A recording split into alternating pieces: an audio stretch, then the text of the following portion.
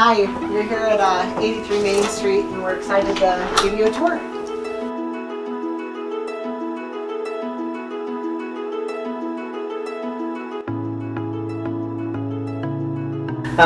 Met my husband through church in '06. We got married in 2011, probably 2014. I started a company, a development company. We really started going full steam into real estate investing. And he came on board with our company in 2017. We try not to call them flips because they are absolutely, completely... They are total rehabs. Yeah, completely. Gutted, everything is new all the way through, electrical, plumbing. I mean, we went through and every single wall in this house has been changed. All the room sizes were tiny compared to today's standards. All the exterior concrete was replaced. Downspout drains are, run properly now. Everything has to be done correctly. No stones left unturned. I tend to be drawn towards very clean lines, light, bright, open. Kitchen now is much more functional, larger, bright, beautiful cabinetry, quartz countertops. Living room, we have beautiful focal point fireplace. Main entrance, we wanted to make sure to have a beautiful large foyer with a iron handrail.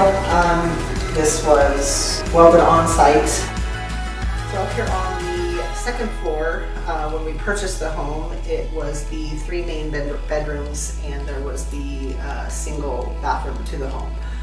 The single bathroom to the home was about this large. Now it's a 3.5 bathroom home. We've now made this the main bathroom for the 3 bedrooms besides the master. And then of course another one of our awesome doors.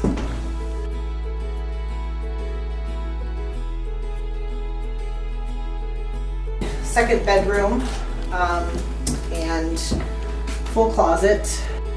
All of these doors that you see throughout the house, these are all custom made by my husband.